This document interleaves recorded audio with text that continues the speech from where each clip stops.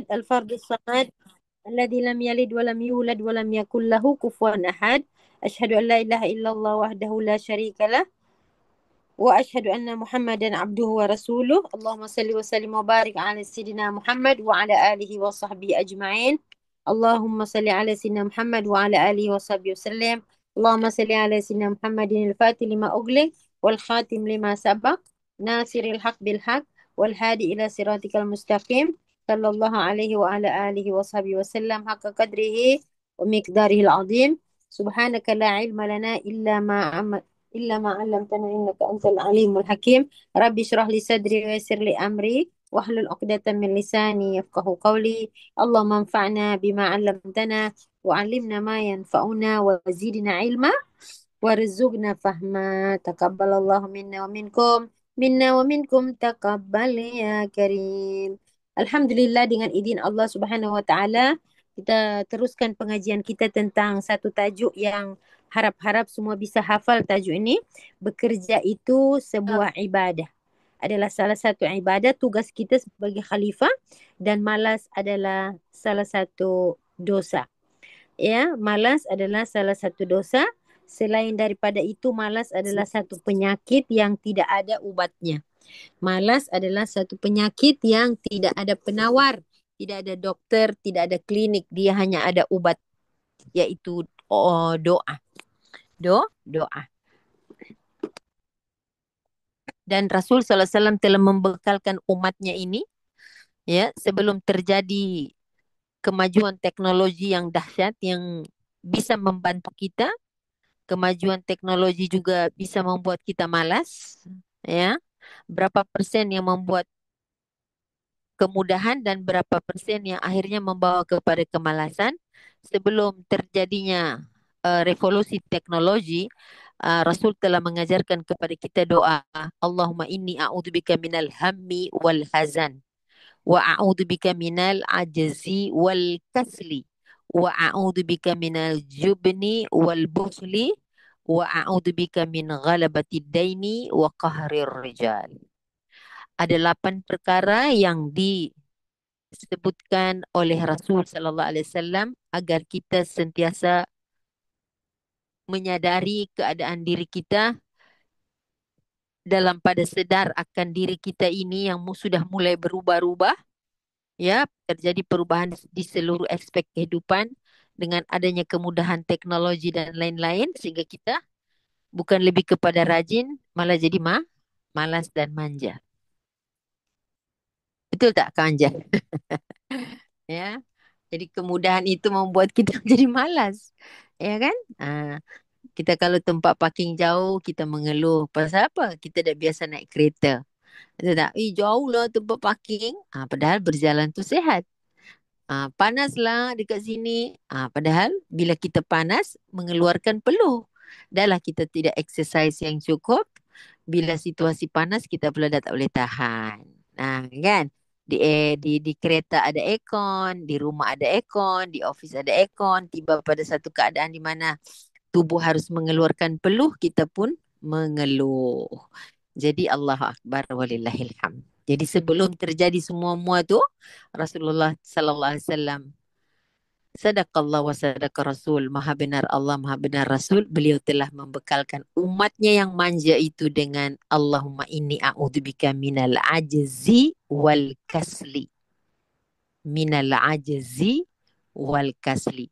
Semua orang harus hafal ini doa. Sebab semua orang bisa ditimpa penyakit malas. Semua orang tidak ada garanti terbebas dari penyakit malas. Ya kan? Ah, yang paling berbahaya sekali kalau malas nak fikir. I malas nak fikir. I malas nak buat benda tu. Kalau benda-benda tu yang negatif, tak apalah. Ya kan? Ah, uh, orang bijak berkata begini, tidak semua yang positif tu bagus dan tidak semua yang negatif tu bagus. Saya ulang, tidak semua yang positif itu bagus dan tidak semua yang negatif itu tidak bagus.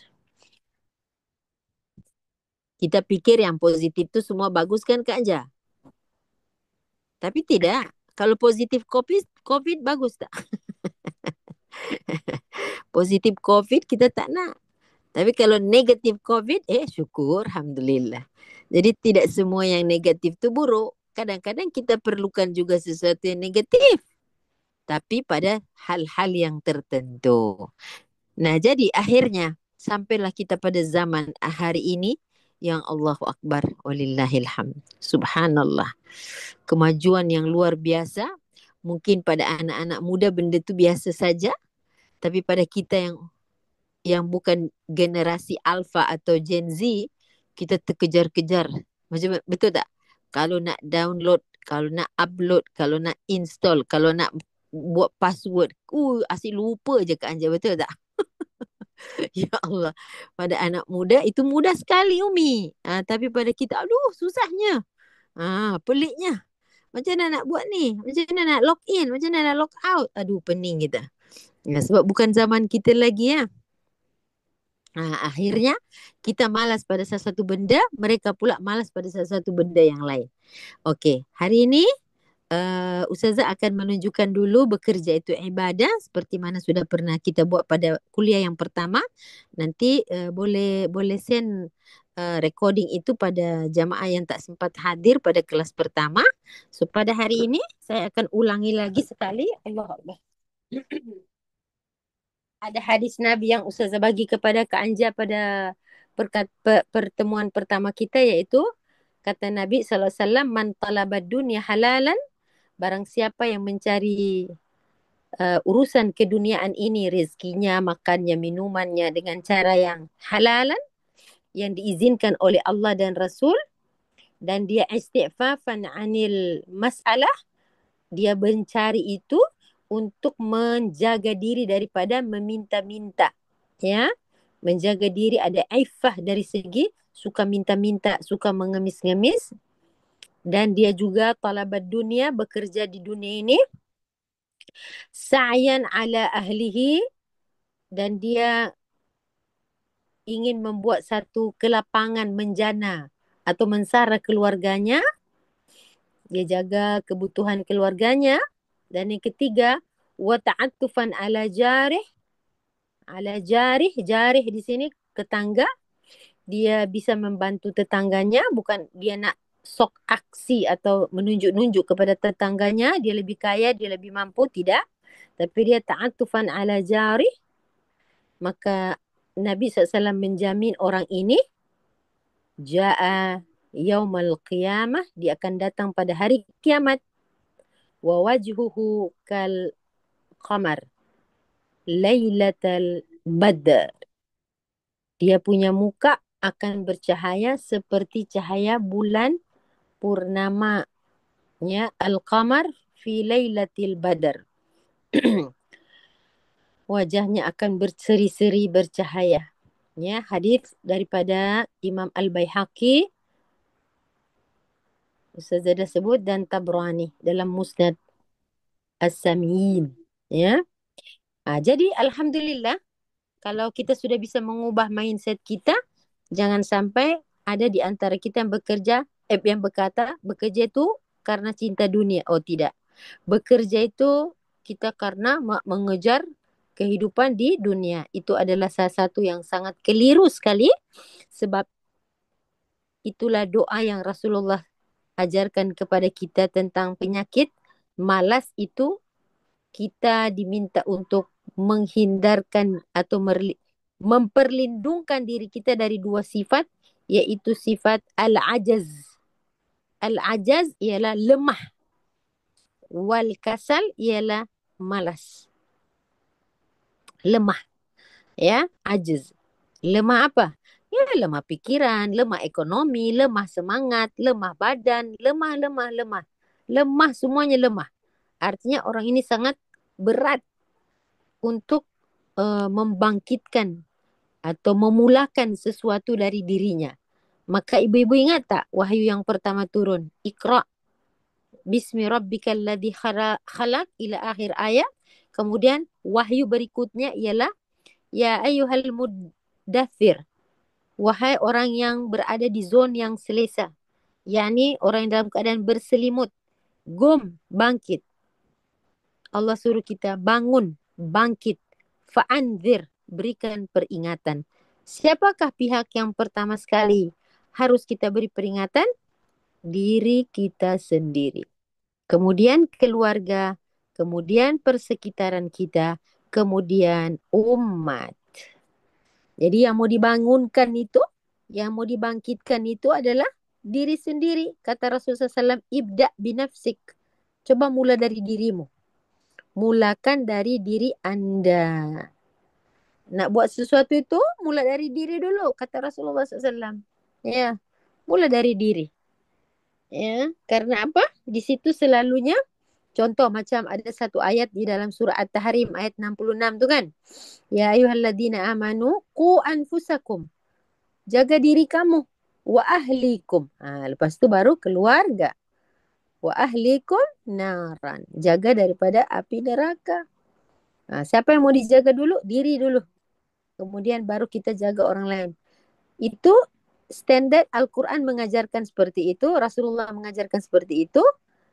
Kalau kita naik kapal terbang, apa notis yang diberikan oleh aturan-aturan yang ada di dalam kapal terbang itu? Contoh, bila terjadi satu emergency, selamatkan orang lain ke selamatkan diri dulu ke Anja? Ah, ada Diri apa? dulu. Ah, kalau ada ibu ada baby, dia suruh ibu itu pakai oksigen dulu baru tolong baby. Betul tak? Ada itu apa namanya itu? Di bawah tempat duduk itu, apa namanya? Lampung. First wiper. Pelampung, ya. Disuruh kita pakai dulu. Baru kita tolong yang lain. Bukan tolong orang lain, batu diri hancur. Tak, tolong dulu dirimu. Nah, pakai dulu dirimu oksigen tuh, baru tolong orang lain. Ya, apalagi ibu-ibu, ya kan? Subhanallah. Atau ibu, bapak yang bawa anak kecil, dia pasti nak selamatkan anak dia. Tapi dia kena selamatkan dulu diri dia. Itu bukan aturan di dunia, itu ajaran yang disebutkan di dalam Al-Quran, termasuk dalam surat Tahrim tadi. Okey, baik. So, kemalasan-kemalasan yang akan menjadi berbagai jenis kemalasan hari ini, Kak Manja ingat kemalasan hari ini dan kemalasan zaman dulu lebih banyak yang mana? Sekarang lah Ustazah. Kemalasan hari inilah. Ya Hmm. kan? Kemalasan hari ini. Orang tu tak nak kerja yang berat-berat. Orang tu tak nak yang susah-susah. Semua nak di hujung jari. Apalagi teknologi AI, GPT, Masya Allah. Lah, menakutkan ya Kak Anja? Menakutkan. Kak Anja biasa guna chat GPT. Tak Itu faham bisa, juga tu Ustazah. apa dia? Apa dia? Macam tak tahu je. Chat GPT tu kan apa saja kita mintakan Siapa dia dia? macam kita punya friend je. Kalau lelaki macam Ah, girlfriend dia, kalau perempuan macam boyfriend dia. boyfriend dia. Okey. Masya Allah. Itu anak-anak muda dia tahulah tu. Tengok apa yang kita. Tolong buatkan saya surat lamaran bekerja di satu company. Apa? Nanti dalam masa 1 minit je. Pop, pop, pop, pop, pop, dah jadi dah. Tolong buatkan saya CV. Dia buat dah tu. Siap dah semua. Subhanallah. Boleh ketagih pun orang gunakan benda tu. Sebab dia dah anti sosial dah. Dia tak nak bergaul dengan siapa-siapa. Semua dia boleh buat sendiri. Dengan bantuan GPT. Ya Allah ya Karim. Itulah saya tengok, saya heran macam mana Rasulullah telah mendahulukan doa itu 1400 tahun yang dulu. Ya, kalau kita lahir tahun 1960, 67, maka Rasulullah SAW lahir tahun 570. Ya, 570. Nah, ini masih bulan Rabiul Awal kan? Kanja lahir tahun berapa? 1900 berapa? Nak 63. Okey. Maka Rasulullah lahir tahun 570. 570 itu Nabi SAW berumur 1 tahun, 2 tahun, 3 tahun, 40 tahun, ditambah 570 tambah 40 atau 39. datanglah wahyu ketika Rasulullah berumur 40 tahun. Kemudian Rasulullah wafat pada tahun berapa? Pada 63. Usia 63. Ditambahlah tuh 630 lebih. Jadi kita sedang berbicara orang yang generasi tahun 570-an sampai 670-an. 630-an. Jadi kira usia sahabat yang paling terakhir itu dia mencapai usia 100 tahun ya. Ini Anas bin Malik. Ya, Anas bin Malik. Jadi Masya Allah ya, doa itu telah sampai pada kita hari ini yang kita sangat perlu, sangat membutuhkan doa tersebut. Karena kita memang dilanda oleh penyakit malas. Ya Allah, tidak heran hari ini ramai orang menciptakan suplemen-suplemen ya untuk apa? Untuk fokus, untuk ada tenaga, untuk apa cergas, minda cergas, badan cergas, termasuklah jamu-jamu. Artinya kalau kalau orang dulu minum jamu itu dan kuat bukan pun sebab malas kan, tapi kemalasan hari ini bukan cuma perlu jamu ya. Ya Allah, ya Allah, ya. Motivasi ya sehingga hari ini tidak heran kalau ada orang-orang yang dia punya ability terbatas, misalnya cacat, tetapi dia bisa menjadi motivator. Ramai tak hari ini orang cacat menjadi motivator? Mungkin karena badannya bersaiz sangat kecil, tapi dia menjadi motivator pada orang-orang yang sehat walafiat, ya, yang tak ada tangan, yang tak ada kaki. Ya Allah, macam-macam Allah kirimkan kita berbagai hidayah. Tapi kalau memang dasar pemalas, pemalas jugalah jadinya. Naudzubillah. Wal'iyadzubillah. Nah, sekarang kita pergi dulu kepada beberapa ayat yang saya sudah siapkan menunjukkan para nabi pun bekerja. Para nabi pun sebagai utusan Allah bukan duduk diam saja, tetapi para nabi juga bekerja. Jom kita lihat. hmm, Sebelum itu saya nak ambil dulu surah An-Naba dulu Ibu. Surah Amma Yatasaalun ayat 10 dan 11.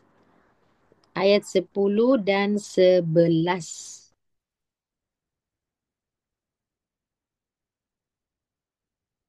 Surah An-Naba.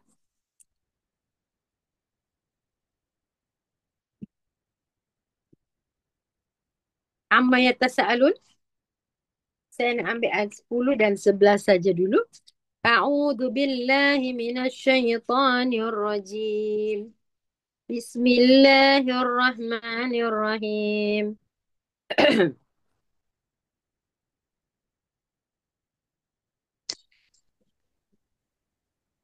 Ayat 10 dan 11.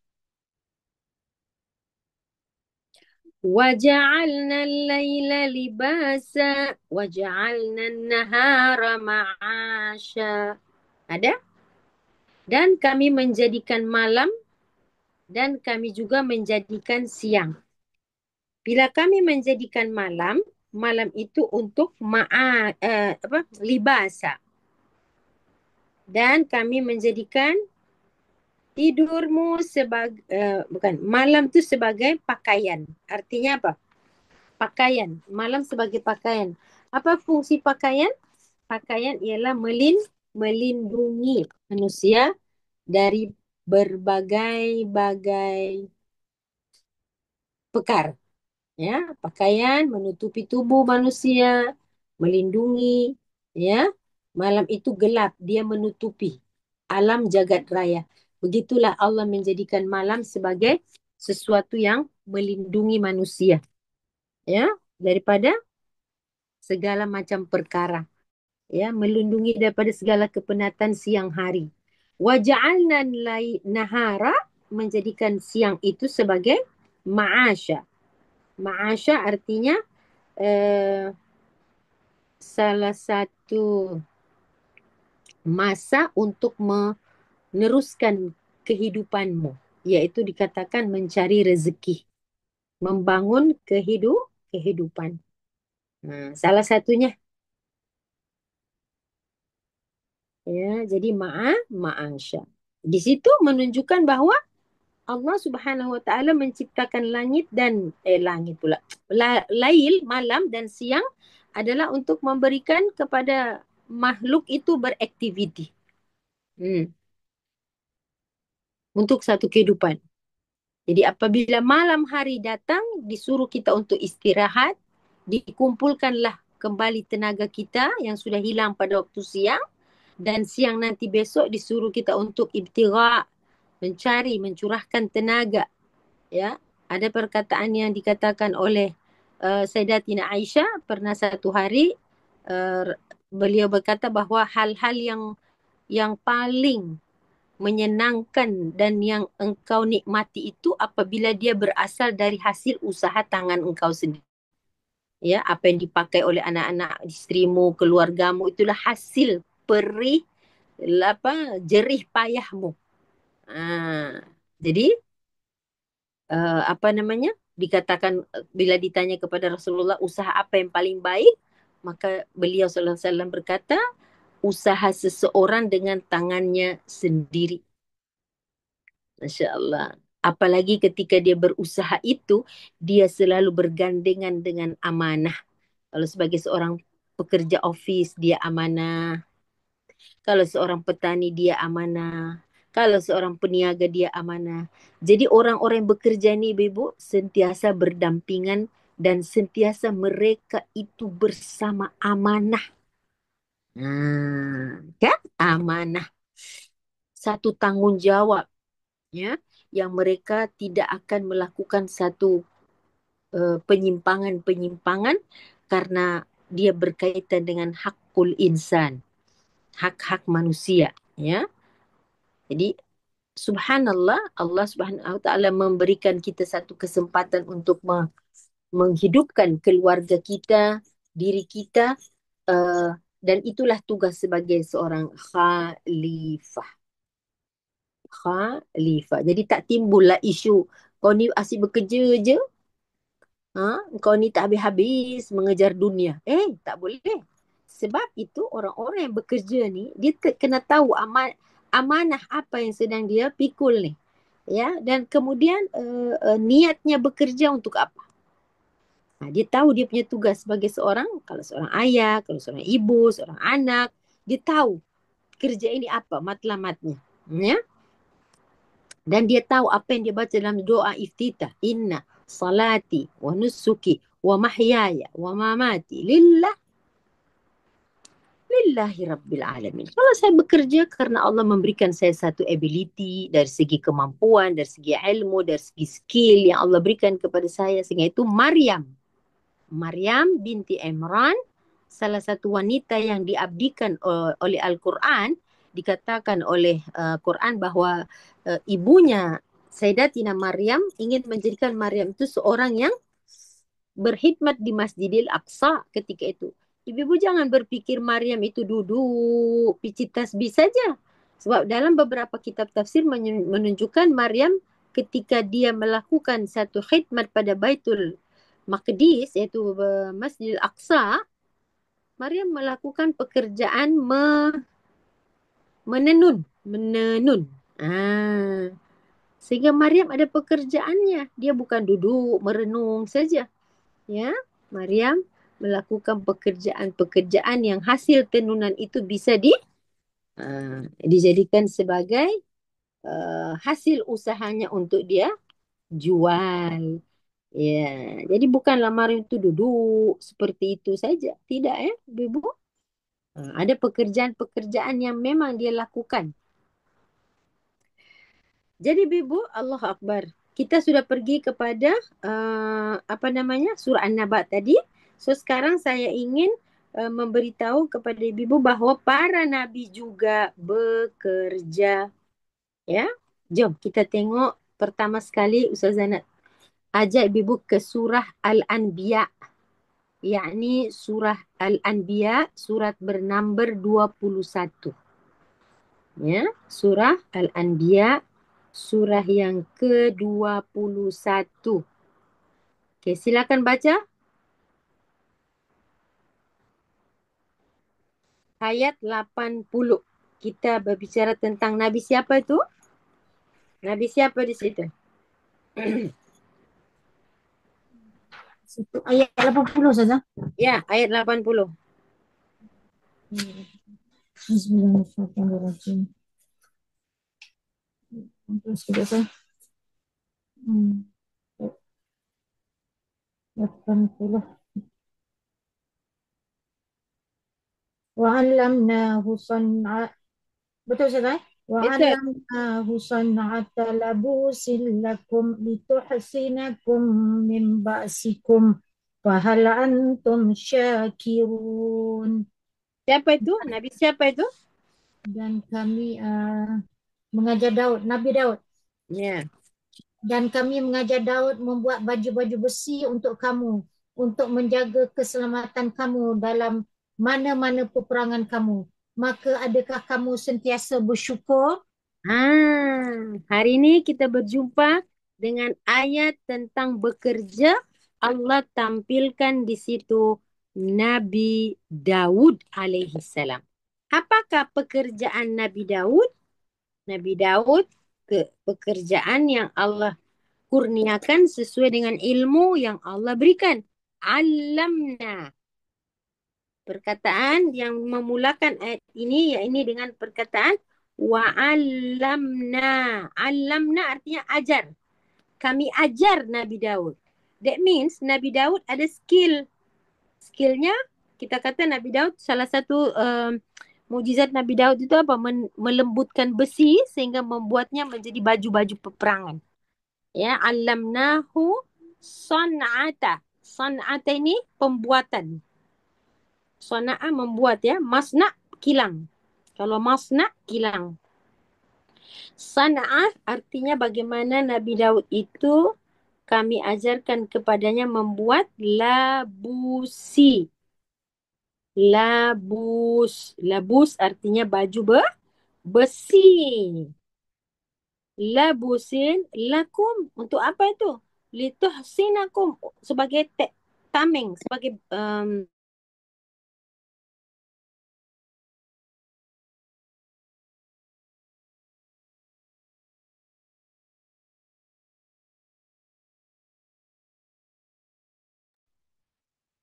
Ustazah,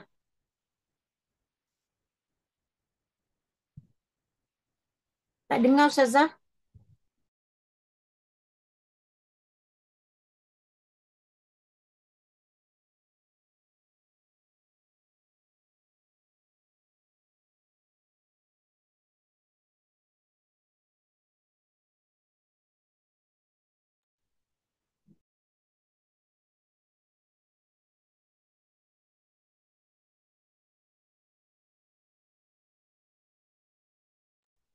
Ustazah dah terkeluar. Sekejap ya.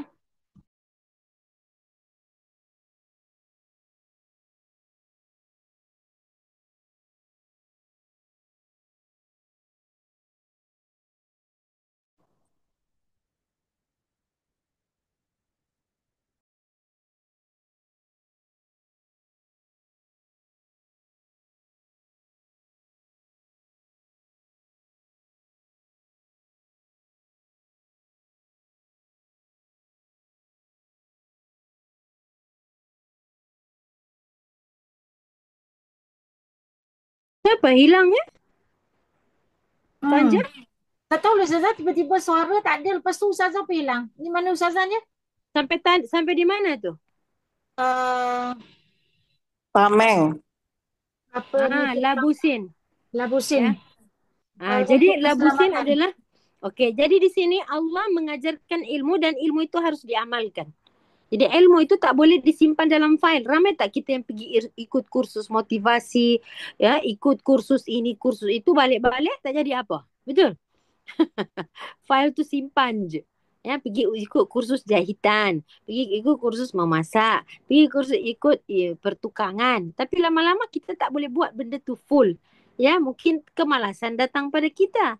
Atau mungkin kita tengok ada beberapa faktor-faktor, misalnya modal tak ada, atau mungkin persaingan, atau mungkin macam-macam lah alasan.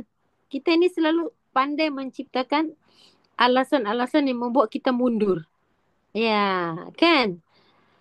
Cepat sekali menyerah. Sebab kita tidak melihat salah satu faktor kegagalan atau kemunduran kita, kalau tak gagal pun mundur, karena kita melihat bahawa bekerja itu bukan ibadah. Alah, kamu ini asyik mengejar dunia. Itu satu penyakit sebenarnya. Padahal dalam agama kita, dalam aturan Islam ni, kita ada ekonomi kita dijana oleh zakat, infak, sedekah, wakaf, hibah. So dari mana kita nak dapat benda-benda tu semua? Bersedekah, berzakat. Itu semua adalah satu platform yang membuat kita tu maju ke depan, maju ke hadapan. Tapi akhirnya kita jugalah yang tidak melihat bekerja itu sebagai ibadah. Ini satu perkara yang sangat susah untuk kita nak keluarkan dari mindset kita. Ya. Dan akhirnya kalau orang tu bekerja, dia merasa pekerjaan tu bukan ibadah. Nanti kalau dia dah pencen, baru dia nak buat ibadah. Nah, di sini kita lihat bagaimana Allah berkata kepada Nabi Daud, dia mengajarkan kepada Nabi Daud itu alamna, kami berikan ilmu dan buatlah san'ah. San'ah ialah sejenis pembuatan keterampilan untuk labusil lakum, sebagai sesuatu yang kamu perlukan. Dan ayat ini sangat sangat luar biasa karena Allah mengakhirkan atau menutup dengan fahal antum syakirun. Kamu tidak memaksimumkan ability kamu. Syakirun di sini ialah menggunakan nikmat ilmu itu direaliskan jadi satu bentuk amalan. Jadi ilmu itu harus nampak dalam bentuk apa yang kita sudah lakukan. Itu yang saya cakap Kak Anja. Kita banyak ikut kursus motivasi. Pergi buat ni, pergi buat ni, jadi file je benda tu. Tak buat pun. Kursus buat kek, kursus buat roti. Dah malas lah Ustazah. Dah lah kita malas, kita tak turunkan tu kepada zuriat kita atau kawan-kawan kita. Terbiar. Cuba tengok. Berapa kita punya kemalasan sebenarnya masih melekat dengan kita. Tak jadi. Tak saling mendorong, tak saling menyokong. Ya. Tak tahu ada penyakit apa sebenarnya pada kita ni. Ya. Allah Akbar walillahilham. Bila kita bandingkan dengan orang-orang non-Muslim, mereka rajin lebih Bu. Dan kita perlu belajar dari mereka. Ya, bila mereka rajin dan kita tidak rajin, kalau tak baiklah perkataan malas tu. Bila mereka rajin dan kita tak rajin, kita akan dikuasai dan kita akan bergantung kepada mereka. Tak kira lah pembuatan ke, penanaman ke, apa saja. Sedangkan Al-Quran kita ini menyuruh kita untuk bergerak. Okey. Ya. Fahal antum syakirun, seolah-olah kamu ditanya oleh Tuhan, kamu tak nak berbuat ke? Kamu tak nak menjadi subjek ke? Kamu tak nak jadi pengasas ke? Peneroka, pencetus idea. Janganlah berada pada level pengguna, pemakai, konsumer saja. Kamu tak nak ke? Kamu diberikan ilmu, diberikan alat, tapi kamu hanya menjadi pemakai. Kamu tidak menjadi seorang beginner, pemula. Itu kita takut-takut betul itu. Ya? Jiwa orang Islam itu sangat lemah sekali bahagian ini. Itu yang kena kita keluarkan daripada generasi kita hari ini jugalah. Kalau kita pernah kejangkitan penyakit-penyakit seperti ini. Kita maju ke depan lagi, yakni surah apa ini? Surah Al-Qasas. Ya, surah Al-Qasas, surah yang ke-28. Surah ke-28. Yakni cerita tentang Nabi siapa ini? Kalau sebut Al-Qasas, ibu-ibu, ingat surah Al-Qasas ini ada nama lain dia. Nama dia surat Musa. Nama lain surah Al-Qasas ialah surah Musa. Karena sini kisah Nabi Musa diceritakan dari kecil sampai dewasa. Nama lain surah Al-Qasas ialah surah Musa. Okey, kita buka ayat 25. Surah Al-Qasas Surah 28 ayat 25.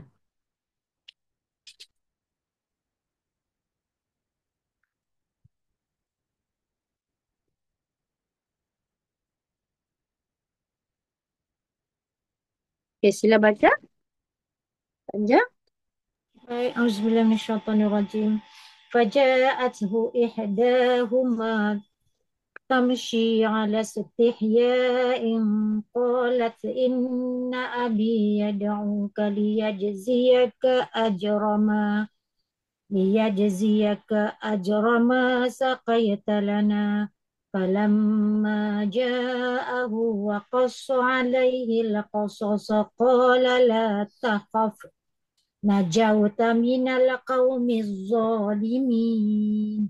Artinya, Kemudian salah seorang daripada perempuan dua beradik itu datang mendapatkannya dengan berjalan dalam keadaan tersipu-sipu malu sambil berkata, sebenarnya bapaku menjemputmu untuk membalas budimu, memberi minum binatang ternakan kami.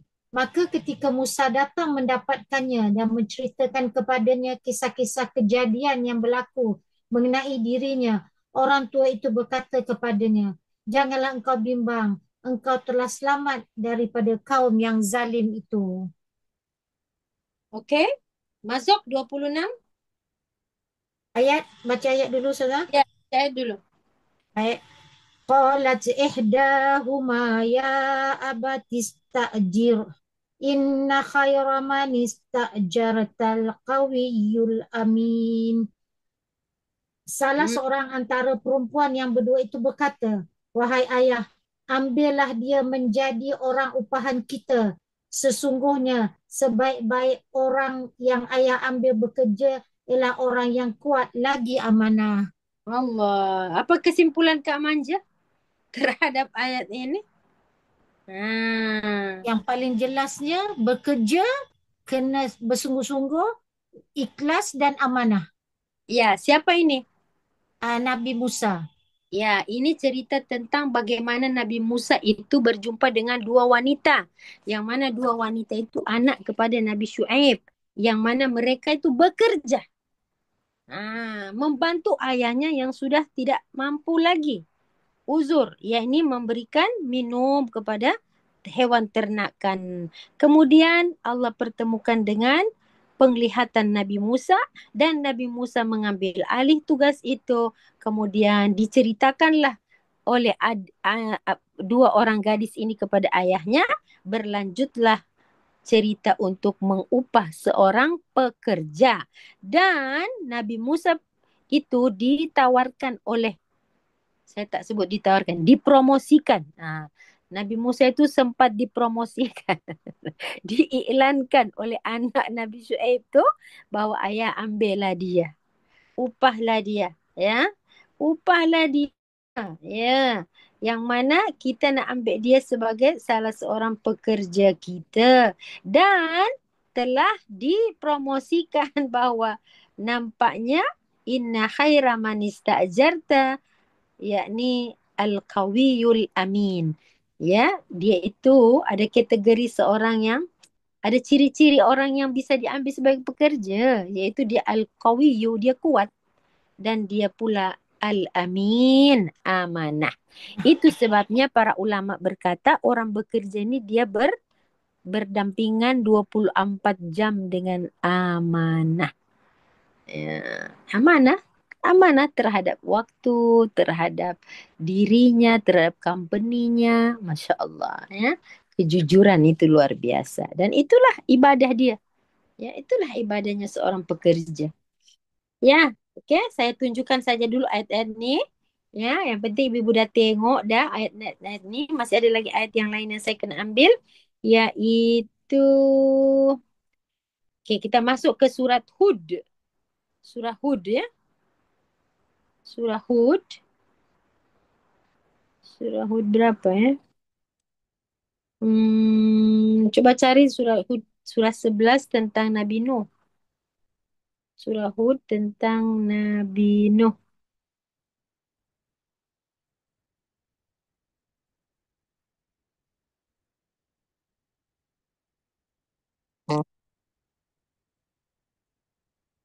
Ya, ayat 37 ya. Apa yang Allah sebutkan kepada Nabi Nuh?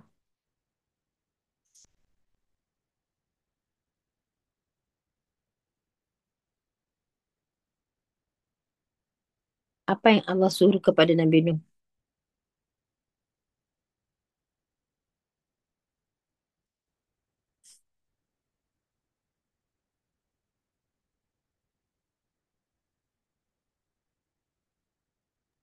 Membuat kapal ya. Oke, silakan silakan. Ayat berapa Ustazah? Surah Hud. Surah Hud. Membuat kapal, Zah. Ya, ayatnya ialah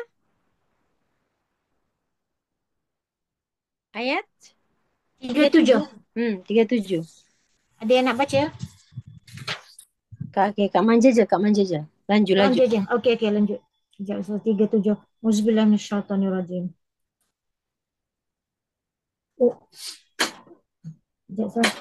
Wasna wasna'il fulaka bi'ayunina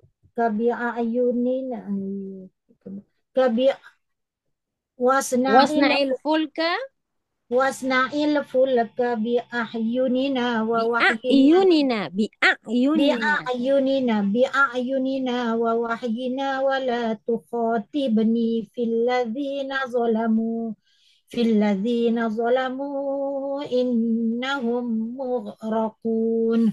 Artinya, Artinya, buatlah bahtera itu dengan pengawasan dan panduan wahyu kami, yakni tentang cara membuatnya. Dan janganlah engkau merayu kepadaku untuk menolong kaum yang zalim itu. Kerana sesungguhnya mereka akan ditenggelamkan. okey, termasuklah jangan merayu terhadap anakmu yang tak nak ikut kamu. Ya, atau ahli keluarga kamu, termasuk isteri Nabi Nuh. Kan kita tahu mereka tidak menyokong dakwah Nabi Nuh tapi menjadi penentang. Nah, dalam perkara ini Allah menyuruh Nabi Nuh untuk membuat sesuatu persiapan. Yakni dikatakan wasna'il fulka. Wasna'il fulka daripada sana'ah. Tadi kan yang siapa yang tadi tu yang surat Al-Anbiya tadi kan ada Nabi Daud. Sana'a kan? Sana'a itu pembuatan. Jadi buatlah bahtera itu. Wasna'il fulka. Ketika Nabi Nuh itu disuruh membuat fulka atau bahtera, itu bukan saja-saja Nabi Nuh pandai-pandai, tapi Allah kata bi'ayunina, dengan pengawasan kami. Artinya ada, itulah dikatakan arkitek pertama di muka bumi ini adalah Nabi Nuh. Macam mana seseorang baru pertama nak buat perahu itu kalau buka atas petunjuk Allah Subhanahu Wa Taala dengan pengawasan, ya, wa wahyina, dan juga petunjuk wahyu kami.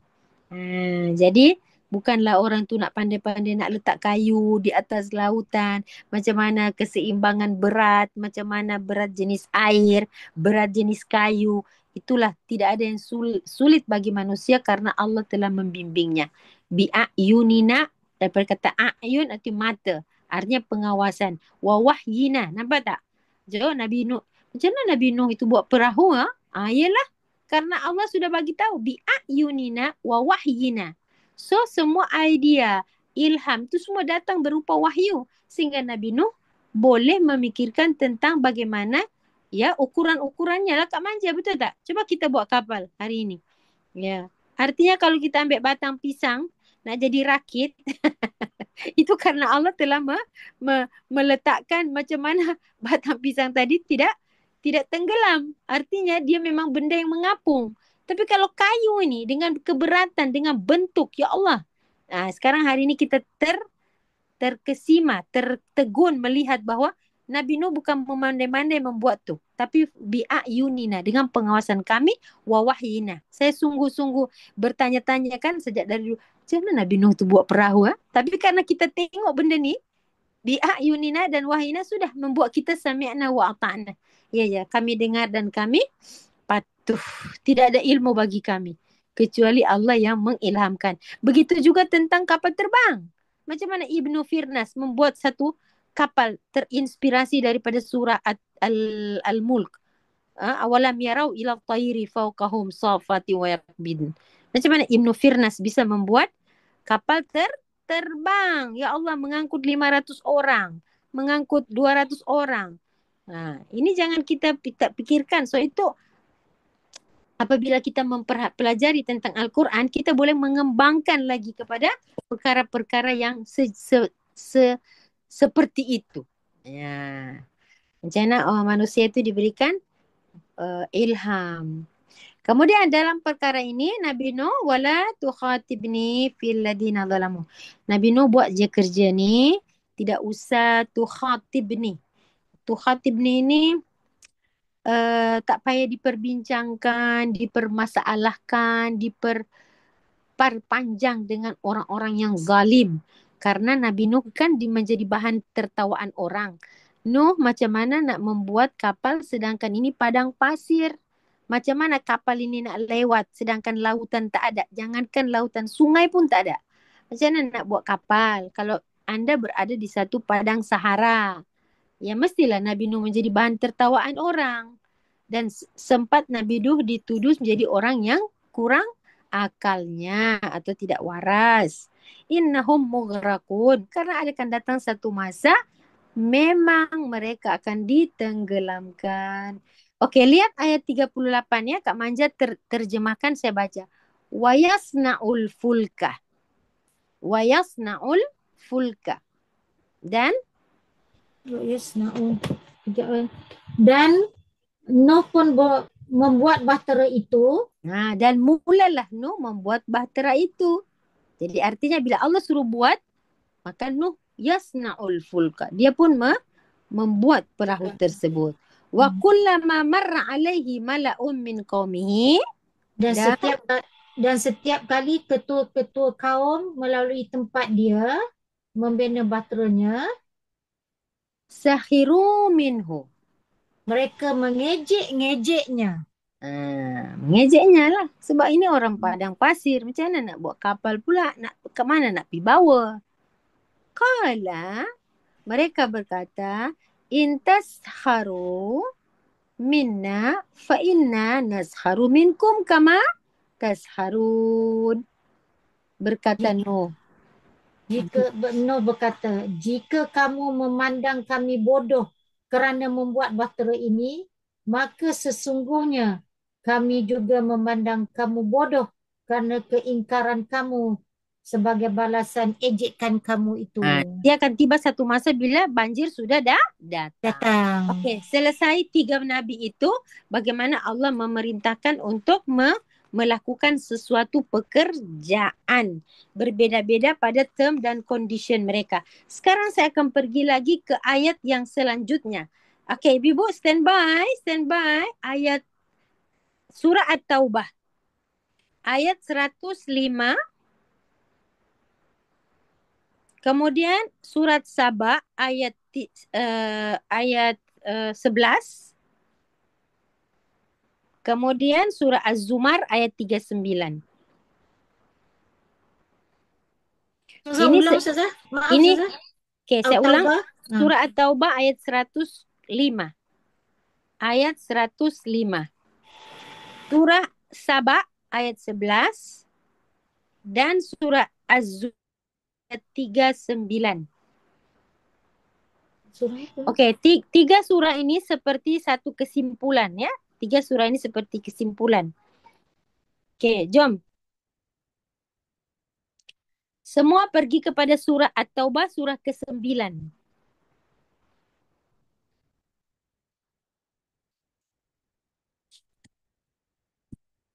Okey, Bibu, stand by. Ayat 105, surah At-Taubah. A'udzu billahi minasyaitonir rajim. Wa qul i'malu, atau saya potong, wa qul i'malu. Boleh cara bacanya ada 2. Katakanlah wahai Muhammad. I'malu. Beramallah kamu. Beramal aku tu bekerja. Berbuatlah, doing something. Bekerjalah. Kalau Kak Manja berkata beramallah itu, seolah-olah beramal tu nanti Disempitkan kepada perkataan beramal tu maksudnya amal jadi sempit kalau kita tak terjemahkan. Cuba kita terjemahkan dalam bahasa kita. Beramal artinya apa? Berbuatlah, Bekerjalah. bekerjalah. Bekerja. Wakul katakan Muhammad kepada umatmu, malu Bekerja. fasayarallahu amalakum. Maka Allah dan Rasulnya serta orang-orang yang beriman akan melihat apa yang kamu kerjakan. Malu bekerjalah kamu, berbuatlah kamu, jangan diam, doing something. Karena fasayarallahu amalakum wa rasuluhu wal mu'minun. Perhatikan susunan ayat ini dahsyat ya. Fasayarallahu. Yara di situ adalah melihat. Siapa yang melihat dulu? Allah. Fasayarallah.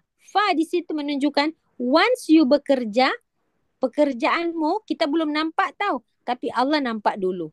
Sebab itu ayat ini dipotong. Dipotong pada mana? Fasayarallahu amalakum. Rasul belum tengok, orang mukmin belum tengok. Amalmu ditengok oleh Allah dulu.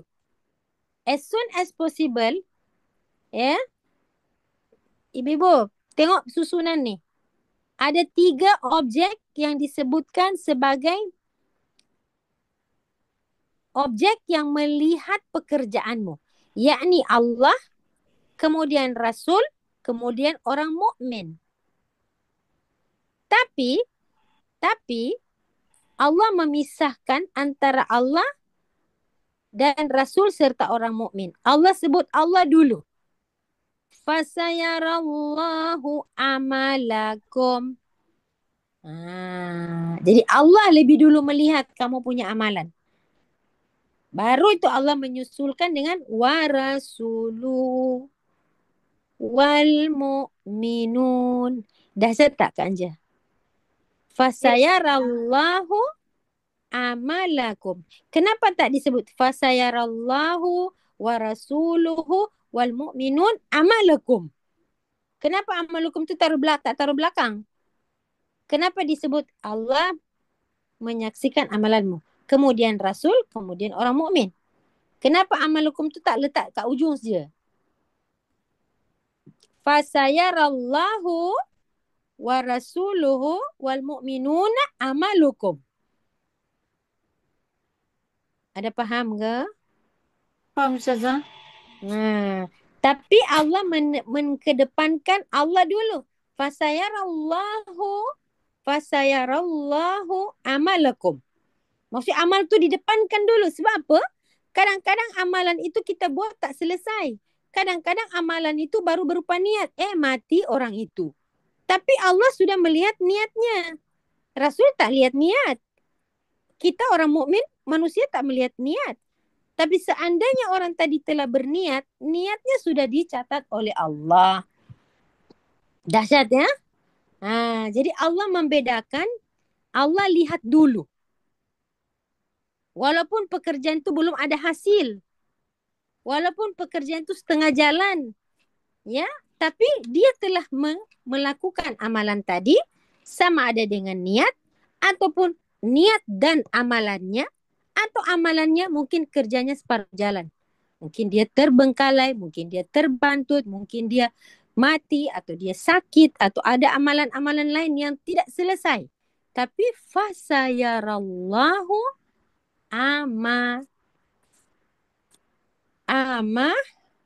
lakum. Allah sudah lihat amalan kamu itu.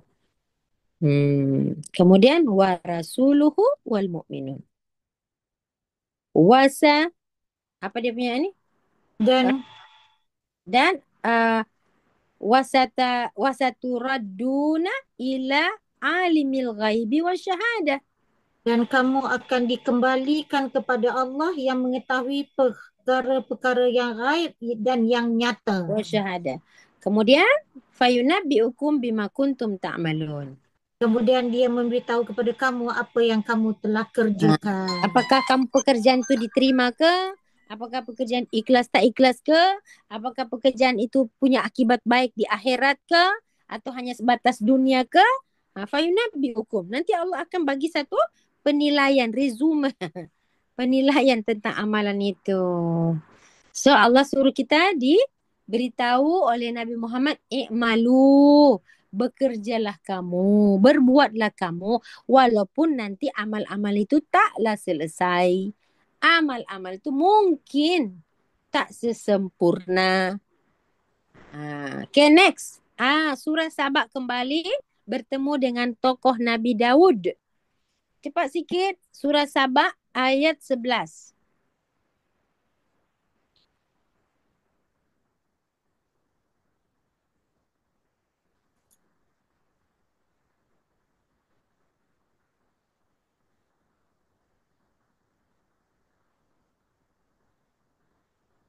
Ustazah, Sabak surah ke? 34. 34, sorry Ustazah. Aduh. 34. Okay. Ayat 11. 429. Ayat 429 11. muka surat. Okey, ayat 11 ya Ustazah. Okey. Ya. Ready? Ayat 11. Okay. I'malu. Sama tak? I'malu. Perhatikan, ini adalah kata kedua. Tadi kata i'malu yang pertama. Ini i'malu yang kedua. Beramallah, bekerjalah. Siapa yang Allah suruh bekerja? Ala Dawuda. Ala Dawuda syukra. Wahai. Ayat 11. Serta kami wahyukan kepadanya, buatlah baju-baju besi yang luas, labuh dan ukurlah jalinannya. Serta kerjakanlah kamu, wahai Daud, dan umatmu amalan yang soleh. Ayat 34 tu. Surah 34 tu ayatnya. Ayat Ayat yang 11. ke-11. Okey. Ayat ke-11 itu suruh kepada Nabi Daud untuk apa? Buat baju besi. Ayat keberapa saya cakap tadi? 11 ya? 11. Ayat 11. Meminta Daud membuat baju besi yang luas, labuh. Anik malu sabighatin wa qaddir fis wa'malu salihan inni bima ta'maluna basir. Ya ibu, betul lah. Betul? Ada perkataan i'malu di situ atau wa'malu salihan. Serta kerjakanlah kamu amalan yang soleh. Okey, turun ke bawah yakni ayat 13. Nah. Ini semua ini sebenarnya Kak Anja ibu semua. Ini semuanya selepas kita bicarakan tentang Nabi Daud, kemudian nanti ibu baca sendiri dekat sini ya, bagaimana anugerah Allah kepada dua adik anak beranak ni. Ya'maluna lahu ma yasha'u min maharib wa tamasil, terus sampai ayat. Okey, saya nak ambil ayat ke-13. Ya'maluna lahu ayat 13. Baik Ustazah. Ya'maluna lahu. Siapa yang ya'maluna? Para jin bekerja. Golongan jin itu membuat untuk Nabi Sulaiman apa yang telah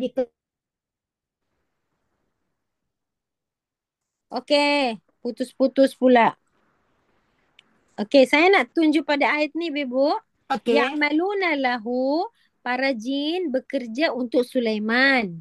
Min maharib. Maharib jamak dari mihrab. Kalau satu dipanggil mihrab. Kalau banyak maharib. Bangunan-bangunan yang jadi tinggi. Nabi Sulaiman mempekerjakan para jin itu sebagai ahli-ahli khidmat untuk Nabi Sulaiman. Sebab Nabi Sulaiman tu diberikan oleh Allah bisa menguasai dunia jin. Jadi salah satu daripada kekuatan Nabi Sulaiman itu bisa memerintah. Bisa memerintah kelompok jin. Ya, jadi jin pun bekerja. Nak tunjuk nak ni. Jin pun bekerja. Ya'maluna lahu ma yasha'u min maharib Seperti Watamathila. Dan juga membuat apa itu? bangunan-bangunan tinggi. Gedung-gedung, bangunan tinggi. Wajifanin kal jawab. Wakudur. Wakudur ni apa? Kudur. Ya. Satu piring-piring yang besarnya seperti kolam-kolam. Ya. Ui, macam mana piring besar macam kolam tu? Periuk-periuk.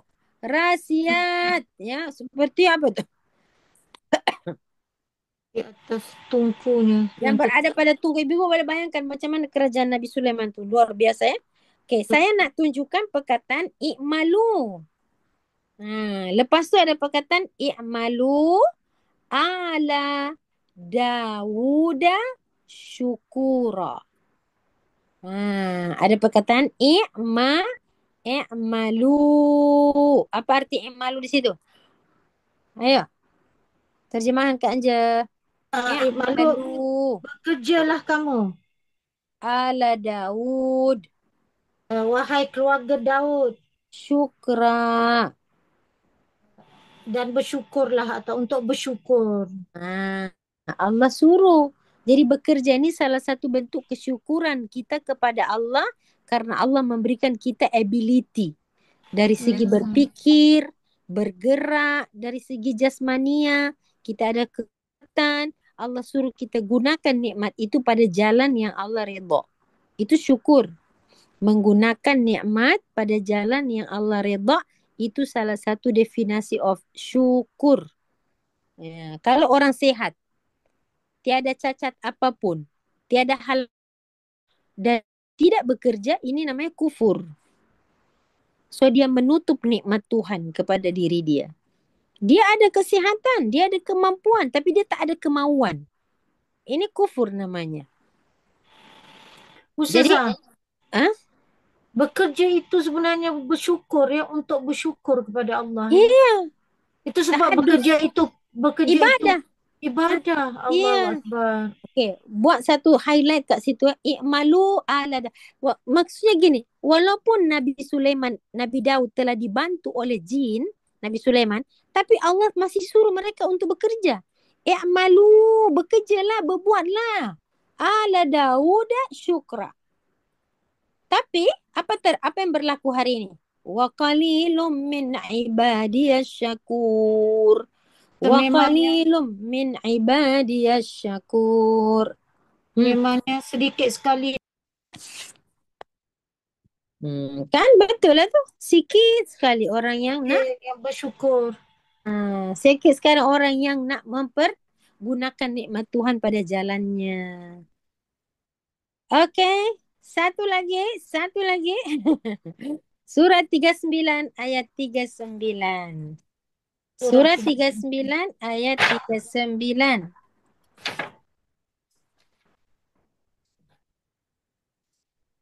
Baik Ustazah, ayat 39. Saya baca ya. Ya. Qul ya qaumi a'malu ala makanatikum inni amil.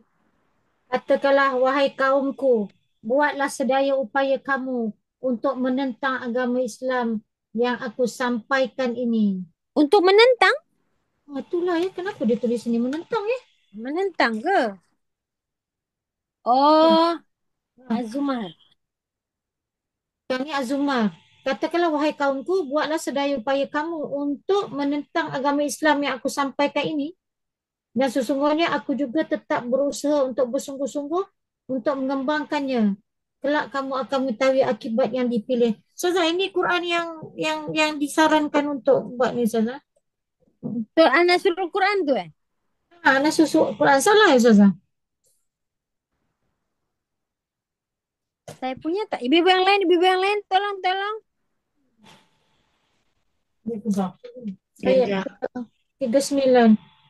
Okey, kalau Katakanlah, berbuatlah, wahai kaumku, menurut kedudukanmu. Aku pun berbuat demikian, kelak kamu akan mengetahuinya. Bagi catatan tu Kak Manja, menentang tu tak ada kat situ. betul. Ya, terima kasih Nita. Betul. Ustazah punya macam Nita punya. I'malu, bekerjalah kamu ala makanatikum. Ala makanatikum, makan artinya gini. Muhammad katakan kepada umatmu, suruh mereka bekerja. Malu, berbuatlah. Ala makanatikum, berbuatlah menurut kedudukanmu. Kau sebagai apa? Cikgu? Kau sebagai apa? Profesional? Kau sebagai apa? Tukang jahit? Malu ala makanatikum. Ketika kamu berbuat tu, berbuat ikut kamu punya ala qadri uqulihim. Sesuai dengan ukuran akal mereka. Ala qadri kuwatikum. Kekuatan kamu, profesionalism kamu apa? I'malu ala makanatikum. Jadi maksudnya disuruh kita itu bekerja ikut kedudukan kita sebagai apa? Ini amil karena aku juga berbuat. Aku juga bergerak. Aku juga performs. Aku juga perform. Aku tidak suruh-suruh kamu dan aku duduk macam raja yang dikipas-kipas saja. Aku tak macam tu. Ini amil. Kata Nabi, ini amil. Aku pun bekerja juga. Nabi bekerja sebagai apa? Peniaga, menggembala kambing. Nabi bekerja apa? Apa yang Nabi tak buat? Fasaufa ta'lamun. Apa? Dan nanti kelak kamu akan tahulah macam mana reward yang akan kamu dapat daripada hasil pekerjaanmu. I'mal ana ala makanatikum. Ya. Karena aku juga ini amil. Ini ayat ni paling best ni. Jadi Kak Manja dan Ibu-ibu semua, kita punya tajuk adalah bekerja itu ibadah, malas itu dosa. Ayat ini boleh jadi ayat yang kita highlightkan pada malam hari ini, di mana Nabi sendiri berkata, ya qaumi i'malu ala makanatikum. Bekerjalah sesuai dengan kedudukan kamu. Berbuatlah sesuatu. Manfaatkanlah nikmat yang Allah berikan pada diri kamu. Kamu seorang pemikir, kamu seorang penulis, kamu seorang apa saja kamu. Ala makanatikum. Beramallah menurut kedudukan keadaan kamu. Inni amil. Karena aku juga amil. Aku juga berbuat. Fasawfa ta'lamun. Kelak kamu akan tahu apa reward yang Allah siapkan untuk kamu. Okey, sudah? Faham? Nampak? Dahsyat ayat-ayat Quran ini dahsyat. Mungkin selama ini kalau kita berbicara tentang bekerja, kita tak ambil ayat-ayat ni kan je. Ya Ustazah, tak Kita faham tak ambil ayat pun. ni. Tak tahu pun. Kita tak tahu pun. Rupanya ini adalah ayat Nabi suruh kita bekerja apa. Okay. Tulis dekat tepi surah Az-Zumar ni. Tulis dekat tepi dia tu. Surah Al-An'am ayat 135. Kemudian surah Fussilat ayat 40. Surah Al-An'am ayat 135 dan Fussilat ayat 40. Kak Anum ada ya? Kak Anum. Fussilat ayat berapa Ustazah? 40. 40. Kak Anum. Orang bekerja tu Kak Anum tu. Ada Ustazah tapi sambil dengar je. Dengar ya. Nanti Ah, ah. catatlah ayat-ayat tu. Ya. Okey. I'malu, bekerjalah kamu. Ayat 135. Jadi selamat berbahagia orang-orang yang bekerja sebab tanpa dia sengaja dia sebenarnya telah melakukan apa yang disuruh oleh Al-Quran. Cuma dia kena luruskan niat itu. Bekerja bukan supaya kaya, bekerja bukan supaya nak kejar rezeki sebab rezeki Allah dah tetapkan dah. Bekerja kerana kita sebagai khalifah. Nabi suruh kerja-kerjalah. Macam tu. Karena kita nak pelihara diri kita dari sifat malas, meminta-minta.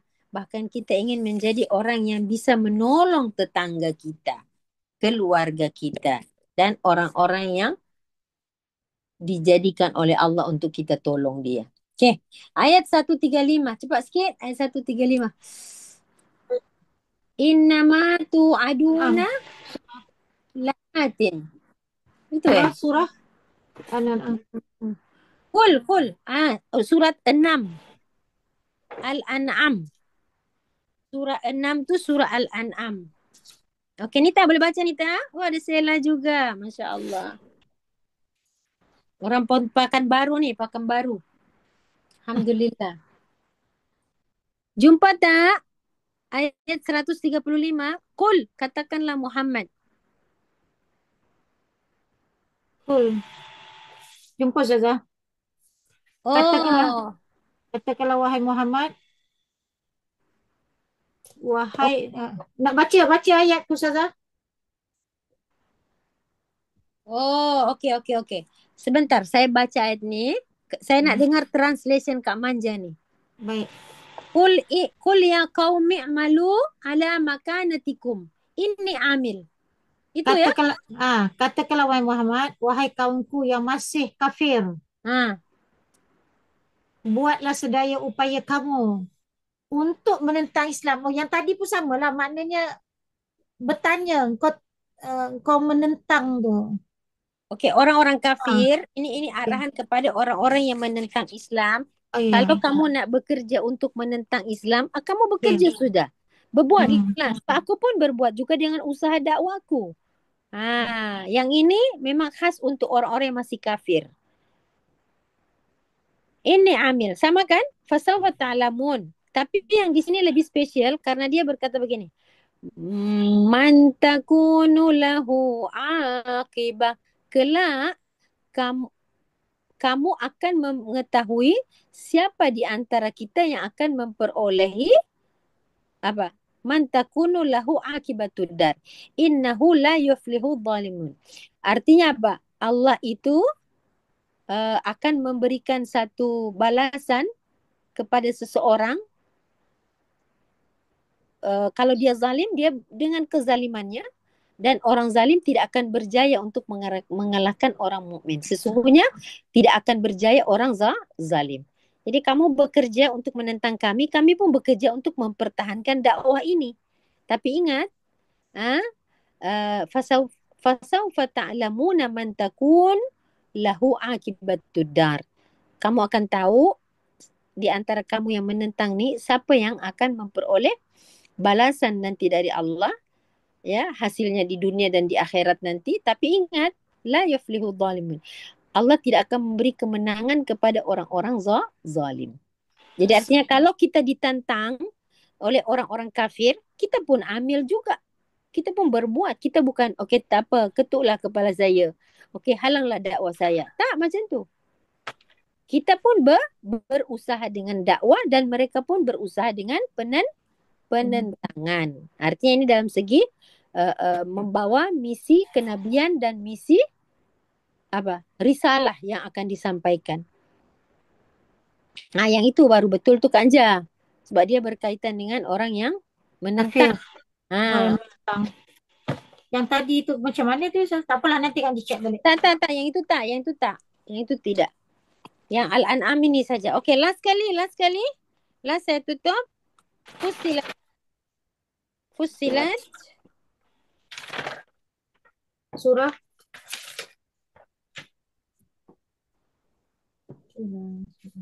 Fussilat 4140. 4140. 140. Ya.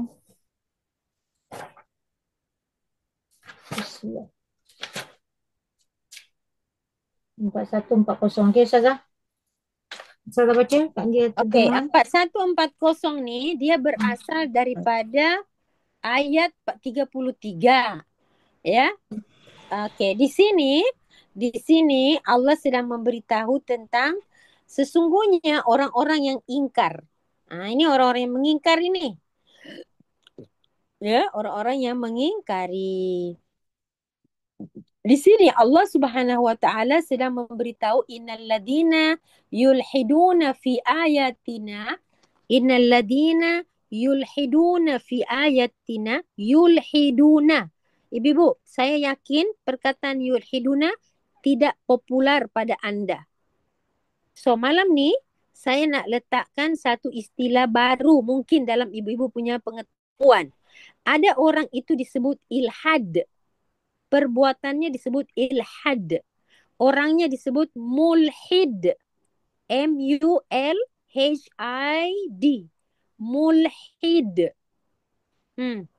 Orang-orang mulhid nanti lepas kelas cari. salah satu orang-orang mulhid ini, ibu-ibu catat dulu ya apa yang saya cakap ni. Saya teringat salah satu daripada surah Al-A'raf. Al, Al-A'raf. Walillahil asma'ul husna fad'uhu biha. Okey, ayat ini yang saya selalu baca itu dalam surah Al-A'raf ayat 183. Ya. Di situ Allah terangkan tentang orang-orang mulhid. Jadi ada dua ya. Ada dua ya. Catat dulu, catat. Nanti lepas kelas baru tengok. Jadi malam ni saya perkenalkan satu istilah yang mungkin ibu-ibu baru dengar. Tapi bukanlah orang ini baru muncul. Mereka orang-orang yang disebut oleh Al-Quran, orang-orang golongan ilhad. Ilhad tu siapa? Cari sendiri. 185 ke 180 berapa tu? 80. 80. Walillahi asmaul husna. Minta maaf ya. Tersilap saya. Orang yang 180. memohon, yang berdoa, memohon. Bukan. Orang ilhad ni orang yang berdosa, Ibu. Orang ilhad. MULHID. Nanti lepas kelas Kak Anja. Okey, sekarang saya sebutkan. Innalladzina yulhiduna fi ayatina. Orang-orang ilhad, orang-orang yang mengingkari ayat-ayat tanda-tanda kebesaran Allah. La yakhfauna alaina. Betul lah? La yakhfauna alaina. Mereka itu tidak tersembunyi dari kami. Mereka tu sangat nampak di mata kami. Walaupun mereka bersembunyi. Afaman yulqa finnar. Apakah orang yang dilemparkan ke dalam neraka itu khairun, lebih baik, atau ammayati aminan yaumal qiyamah? Mana yang lebih baik? Orang yang yulqa finnar atau mayati aminan yaumal qiyamah? Allah suruh pilih. Mana yang lebih bagus? Orang yang dilempar di neraka atau orang yang datang kepada kami dalam keadaan aman sentosa hari kiamat? Ya pastilah orang yang ya'ti aminan. Oleh karena itu, wahai orang-orang kafir, i'malu ma syi'tum. Buat je apa kamu suka. I'malu ma syi'tum. I'malu di sini maksudnya suka hati kamu nak buat apa. Kamu nak pilih orang yang yulqa finnar atau ya'ti aminan yaumal qiyamah. Selama kita hidup di dunia, seruan Nabi itu ialah apa? Aminu, aminu, aminu, aslimu, aslimu, aslimu, berislamlah, beramallah. So sekarang kamu ada pilihan. Kamu nak datang hari kiamat itu sebagai orang-orang yang yulqa finnar, dibuang di api neraka ke, atau kamu nak datang sebagai orang yang aminan? Tentu kita pilih yang aminan. Maka Allah kata, even though Allah memberi dua pilihan, Allah kata, i'malu ma syi'tum. Buat je apa kamu suka. Macam Rasulullah SAW berkata, apa namanya? Apa kata Nabi? Allah Karim, saya lupa. Ish ma syi'ta. Ish ma syi'ta. Kata Nabi, ish ma syi'ta. Fa innakum mayyitun. Atau fa innaka mayyitun. Hidup saja macam mana kamu suka nak hidup ni. Karena sesungguhnya kamu akan mati. Kan, ada kan hadis Nabi berkata gitu. Jadi Quran pun cakap, malu ma syi'tum. Hiduplah kamu, bekerjalah kamu, buatlah kamu. Suka hati kamu. Tapi ingat, kamu akan terbagi dalam dua kelompok yang akan mendatangi akhirat itu. Innahu bima ta'maluna basir. Dan Allah berkata, dia maha melihat apa yang kamu lakukan selama hidup di dunia. Nak termasuk golongan yang dilempar ke atau yang datang dengan keadaan yang beramal. Ini khusus untuk orang-orang yang ingkarlah, orang-orang mulhid. Okey, jadi Ibu pada malam ni saya sudah titipkan beberapa ayat itu. Ada yang berkaitan dengan pekerjaan, ada yang berkaitan dengan perbuatan menentang Nabi. Kedua-duanya itu Allah suruh kita pilih Mana yang kita nak buat. Dan satu lagi, walatan sanasibaka minad dunya, dalam surah Al-Qasas ayat berapa ya? 77 kalau saya tak silap ya. Ada ayat Al-Qasas. Penutup. Surah Al-Qasas ayat 77 kalau saya tak silap. Tolong tengok tu. Jadi kalau Allah suruh kita bekerja, maka Allah kata la tansa nasibaka minad dunya. Wabtaghi fi ma atakallah daral akhirah. Surah 28, surah Al-Qasas itu iya 77 itu. Dah, ya betul. Wabtaghi wabtaghi fima atakallahu daral akhirah. Akhirnya Allah kata, carilah. Carilah apa-apa atau yang dengan apa Allah anugerahkan kepada kamu di akhirat. Pastikan kamu mendapat sesuatu yang menyenangkan kamu besok nanti di akhirat. Wala tansa nasibaka minad dunia. Untuk dunia ini, jangan lupa bagian kamu.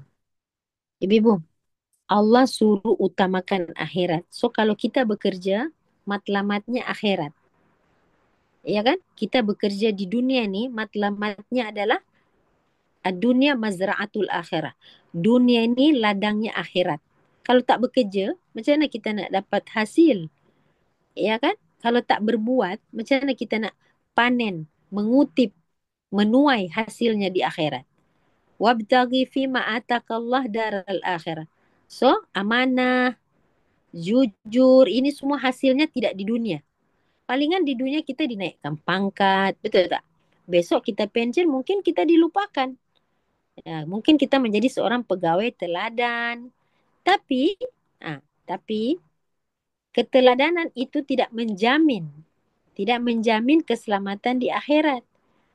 Tetapi apabila kita jujur, naik pangkat, oh dia ni bagus bekerja, disiplin, okey. Amanahnya mungkin dia tidak ketahuan dalam bab-bab menipu, ya. Adalah prosesinya, kenapa dia cepat naik pangkat, kenapa dia menjadi orang terpilih. Kadang-kadang di dunia ni banyak dia punya penipuan-penipuan yang subhanallah, na'udzubillah min zalik. Kita tak nak terlibat di bahagian itu. Ya, tetapi Allah kata, bekerja ni bukan matlamat untuk dunia saja. Karena besok kamu terlepas di dunia, di akhirat kamu tak akan terlepas mahkamah akhirat. Nah, jadi amanah itu membawa impak sampai ke akhirat. Jadi Allah kata wabtaghi, jadikan bekerja itu matlamatnya untuk kebahagiaan di akhirat. Bukan hanya semata-mata dapat cukup makan di dunia. Wabtaghi fima atakallah daral akhirah. Wala tansa nasibaka minad dunia. Jangan lupa bagianmu di akhirat. Di dunia. Maksudnya apa? Di dunia ada bahagian kita juga. Kalau disebut jangan lupa, maknanya kita hanya mengambil sebagian kecil saja. Ya, mungkin ada yang mendapat sedikit habuan di dunia, tapi karena kejujurannya di akhirat dia dapat yang lebih besar. Wala tansa nasibaka minad dunia. So dunia kita ada bahagiannya. Ya. Wa ahsin kama ahsanallahu ilaika. Di dunia ini berbuatlah sebagaimana Allah berbuat baik kepadamu. Wala tabghil fasad fil ardi. Selama kamu hidup di dunia, janganlah buat fasad. Kerusakan-kerusakan.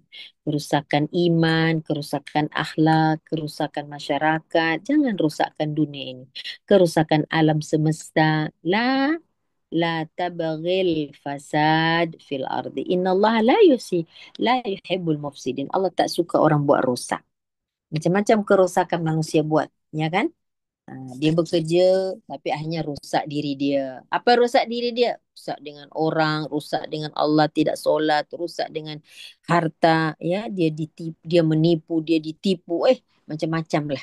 Ingat, surah ini sebagai surah yang memberikan hak kita di dunia, tapi ingat, bahagian di akhirat kita mesti selamat. Sekian apa yang saya sampaikan dengan amanah menitipkan doa menghindarkan diri daripada 8 perkara, yakni apa namanya itu? Doa berlindungan dari 8 perkara.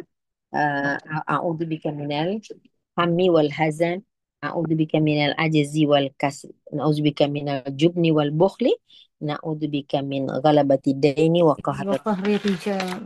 Ibu-ibu pernah dengar tak macam mana cara mengatasi rasa malas tuh? Kalau saya belajar dulu itu yang macam sistem Jepun itu, yang ibu-ibu biasa dengar, Kak Manja biasa dengar, Kak, yang disebut ikigai. Ikigai itu cari tujuan Anda dalam hidup sebenarnya apa. Hmm. Hmm. Uh, Kemudian ada itu istilah kaizen. Kaizen itu kita ambil langkah kecil tapi mempunyai perkembangan masa depan yang besar. Ada juga teknik dipanggil Podomoro. Kemudian ada hara hachibu, jaga pemakanan. Nah, itu untuk menghindarkan rasa malas tuh yang Jepun punya itu. Shoshin, terima pemikiran, open mind, open heart, buka potensi diri. Ada lagi apa lagi tadi tu? Wabi sabi, ya, cari cari keunikan dalam apa namanya? Um, Apa namanya? Uh, Professionalism. Cari kecantikan dalam diri kita, bakat kita itu apa? Kita digali, ya, digali. Ah, jadi itu teknik-teknik untuk menghilangkan rasa malas selain daripada doa itu. Ada yang disebut forest bathing. Forest bathing ini mencharge diri kita dengan nature, ya. Jadi kita disuruh untuk pergi kepada hutan, kepada alam untuk kita teknik grounding. Grounding itu juga mencas tubuh kita dengan alam semesta. Kemudian ada yang berkaitan dengan apa namanya ekonomi kita, misalnya uh, apa dia panggil itu, kuasai keuangan kita. Kuasai keuangan kita, jadi kita bisa macam mana mengatur pemasukan dan pengeluaran. Ya, kemudian ada lagi yang disebut dengan sabar. Sabar itu maksudnya azam dalam etika bekerja, disiplin time. Ya, mungkin ada aturan-aturan di dalam pekerjaan kita, kita kena patuhi, jangan asyik protes aja.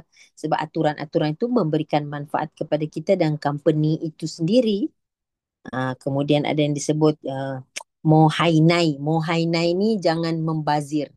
Kalau kalau sudah waktu kerja, kita buka lampu. Kalau sudah habis jam kerja, kita tutuplah lampu tu. Tak apa, ini company bayar, pakai je, tak boleh. Ada itu yang disebut kejujuran di dalam amanah bekerja misalnya. Ya. Kemudian monozukuri. Monozukuri ini nikmati prosesnya. Ya, walaupun kita tidak melihat hasilnya. Ya, tapi yang jadi fokus ialah proses itu. Nikmati proses itu, jangan fokus kepada hasil. Sebab Allah tidak melihat hasil. Nah, itulah boleh mengkali ibu boleh cari teknik-teknik untuk mengatasi kemalasan sebab selain daripada doa yang Rasulullah berikan kepada kita. Sekian pengajian malam ni, semoga memberi manfaat dan insyaAllah jumpa lagi pada pengajian yang akan datang dengan tajuk yang lain, insyaAllah. Boleh kalau ada grup boleh sharekan tajuk-tajuk apa yang ibu-ibu rasa lebih update untuk kita nak kedepankan, ya Kak Anja, mungkin dari Ustazah, segi surah-surah yang tu Ustazah, yang Kak Nia cakap itu. saya lupa yang mana. Yang surah yang bermula dengan Hamim tu. Oh, Ha. 7 Hamim tu, 7 Hamim, Hmm. 7 Hawamim. Banyak tu 7 surah tu Kak Anja. Tak apa Ustazah, satu-satu boleh kok kita Okey. sambung-sambung. InsyaAllah. Okey, saya refer dulu pada saya punya nota, ya. Saya akan Baik. tengok sama ada introduction dulu ke atau macam mana, ya. Betul. Sekian ibu-ibu, jazakumullah khairan, barakallahu li wa lakum fil Qur'anil azim, hadanallah iya wa iyyakum ajma'in. Wal 'asr innal insana lafi khusr illa alladziina amanu wa 'amilus solihat wa tawassaw bil haqqi was sabar. Subhanakallahumma bihamdika asyhadu an la ilaha illa anta ya rabbi nastaghfiruka wa natubu ilaik. Sallallahu alaihi wasallam Muhammad wa ala alihi wasallam. Alhamdulillah rabbil alamin. Ada soalan ke? Ada soalan ni? Tak ada. Saya Ah, sudah faham dah tadi. jadi yang Ustazah bagi tahu tentang cara Jepun tu bolehlah tengok, mungkin ada di dalam apa namanya website mana-mana. Mesti orang-orang dah cek-cek lah tu dekat GPT ke mana, wallah alam Tapi itulah yang pernah kami belajar dulu mengatasi rasa malas ala orang Jepun, ala orang Cina. Itu kan kita boleh ambil tu. Apa? Ha. Ya. Kalau tak. Assalamualaikum Ustazah. Waalaikumsalam warahmatullahi wabarakatuh. Ni Kak Kedi ni. Lama dah Kak tak Kedi, dengar suara. apa kabar? Ya Allah, ya Allah. Alhamdulillah. Dia Ya doktor. Allah, subhanallah. Lama tak sihat ni. Alhamdulillah Itulah. dah sihat dah. Alhamdulillah. Bila nak datang KL? InsyaAllah bulan 10 awal bulan 10 insyaAllah. Oh, saya nak jumpa Ada Kak Kedi ni. Saya nak jumpa ni. Saya nak jumpa ya. insya-Allah. Ah, Jangan tak datang. Kita orang tanggal 10 tu plan ke Pontianak tu Kak Kedi. ya Pontianak. Takutlah. Ya. Nantilah kita InsyaAllah saya pun rindu dengan nak sangat dengar tapi tak sihat kan. Nanti insyaAllah lah kita jumpa. insya-Allah Kak Kedi. Kita tunggu insya-Allah Kak Atin nanti. Kak Atin. InsyaAllah nak jumpa juga. Ya, jom Kak Anum sama-sama. Okey, InsyaAllah. doktor, saya nak tanya ni doktor. Macam mana Ya. dalam dunia kedokteran